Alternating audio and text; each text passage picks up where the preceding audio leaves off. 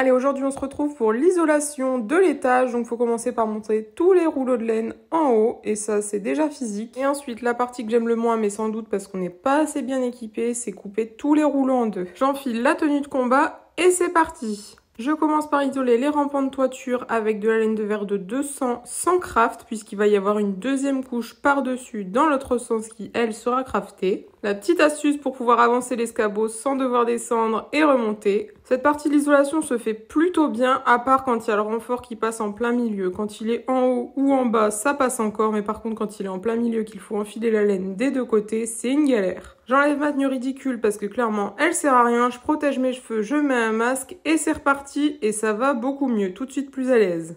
Je suis plutôt contente, j'avance à un bon rythme. Il y en a tellement à faire, surtout au début comme ça, que je me mettais des objectifs pour avoir l'impression d'avancer un petit peu. Parce que clairement, arrivé à la fin de la journée, j'étais tout de suite moins efficace et beaucoup plus vite à bout avec un petit bout de laine. Mais c'est pas grave, on reste motivé et on continue. Le lendemain, on allait recevoir une nouvelle livraison de laine de verre et de placo, donc on était tous les deux dispo pour tout décharger. Avant ça, il fallait mettre un bon coup de ménage parce que ça en avait grand besoin vu le monde poussière. Je fais mumuse avec le transpalette. Bon, je pensais que ça c'était un frein, mais apparemment non, ça freine pas. Voilà le camion, on va pouvoir sortir les muscles pour tout décharger. Antoine, toujours gentilhomme, il remballe les sangles du livreur, même si au final le mec il avait un truc qui allait tout seul et très vite pour enrouler les sangles. Enfin, on continue, on prépare le café pour le livreur et ensuite on doit encore décharger tout ça. Et forcément, pas le choix, il fallait faire tout ça avant la tombée de la nuit, car on ne pouvait pas laisser ça devant la maison, au bord de la route. Alors c'est parti, quelques allers-retours.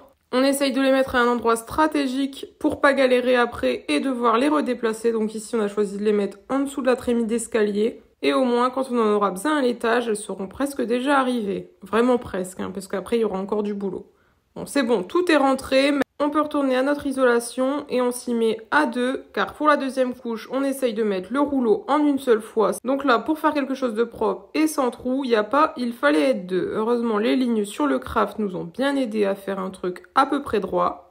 En deuxième couche, on met une laine de 75 ou de 85. Selon la marque, en vrai, c'est surtout le R, la résistance thermique, qu'il faut prendre en compte, plutôt que l'épaisseur. Et cette fois, on met bien le craft. Le plus dur reste à venir avec le rouleau qui va au-dessus, car il faut non seulement monter sur l'escabeau et en même temps tout tenir, mais à quatre mains, ça se fait plutôt bien quand même.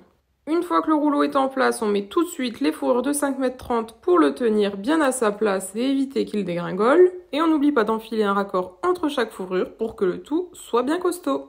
On peut s'attaquer maintenant au plafond de l'étage et encore une fois, on va mettre deux couches. Une première qui ne sera pas craftée de 160 et une deuxième de 240 dans l'autre sens. Comme la 160 va servir pour les redressements de la toiture, on a décidé de la prendre craftée, car pour les redressements, il n'y a qu'une couche, donc il faut qu'on ait un craft, tandis que pour le plafond, comme c'est la deuxième couche, on doit enlever ce fameux craft. Un petit peu d'acrobatie pour qu'Antoine arrive à l'étage, et ensuite je lui envoie le rouleau complet pour encore éviter au maximum d'avoir des raccords.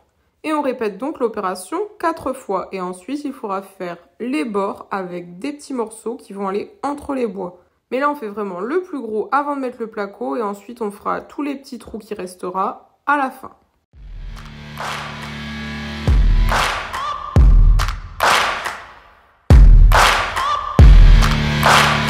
On isole maintenant l'autre côté du pan de la toiture, toujours avec de la laine de 200 non craftée. Et cette fois, quand il y a un raccord en plein milieu et que c'est trop compliqué d'enfiler la laine, je mets des petits morceaux. De toute façon, on a plein de chutes de rouleaux. On a meulé l'envers d'une scie pour avoir une lame bien fine, sans dents, pour couper les rouleaux. Et ça va tout de suite mieux. Déjà, on a beaucoup moins de poussière.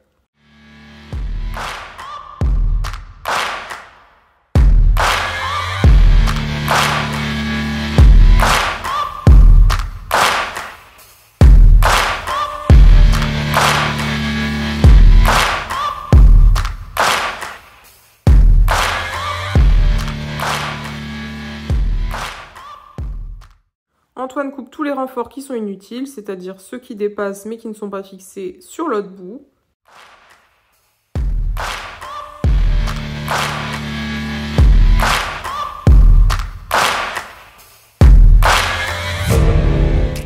Sans oublier le coffrage de la cheminée à enlever pour pas qu'il n'y ait de bois trop près du boisseau.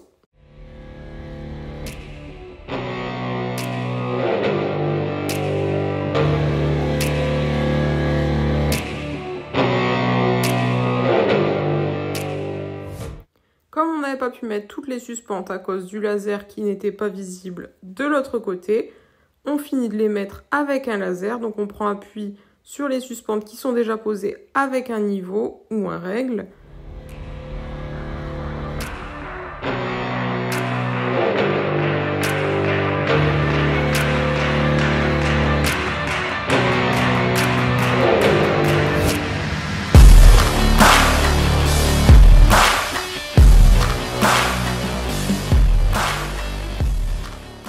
On peut maintenant passer à la deuxième couche du plafond, donc de la 240 avec un craft. Et au début, j'ai un peu galéré. Je pensais réussir à la mettre sans mettre les fourrures et au final, j'en ai mis une à l'occasion pour qu'elle se tienne un minimum. Sinon, c'était impossible, elle faisait que tomber. J'en vois beaucoup qui mettent toutes les fourrures avant d'isoler le plafond, mais je trouve que c'est beaucoup plus compliqué après d'enfiler la laine tous les 50 cm. Ici, j'en ai mis que 4. Au moins, j'ai 1,20 m pour passer mon rouleau de laine à chaque fois. Et du coup, c'est beaucoup plus simple pour l'enfiler. Il y a moins de risque qu'elle s'arrache en forçant.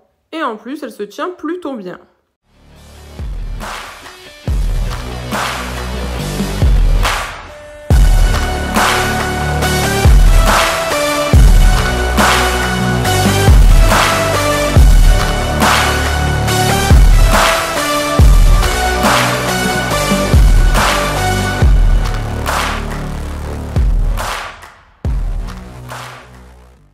À deux doigts de me casser la figure pour cette dernière livraison. Et cette fois, on redécharge un peu de laine et le restant du placo. On a choisi de commander dans différents magasins en comparant les prix. Du coup, on a choisi 2 magasins et on a pris les produits où ils étaient les mieux placés à chaque fois. Et c'était rentable, même si on a payé du coup 2 livraisons. On a fini cette dernière livraison un peu à bout, mais bon, ça y est, c'est fini. Ah bah non, il reste encore en fait. Oui, le transpalette n'aura pas été d'une grande aide pour cette livraison. Et maintenant, il n'y a plus qu'à répéter l'opération sur tous les pans de la toiture.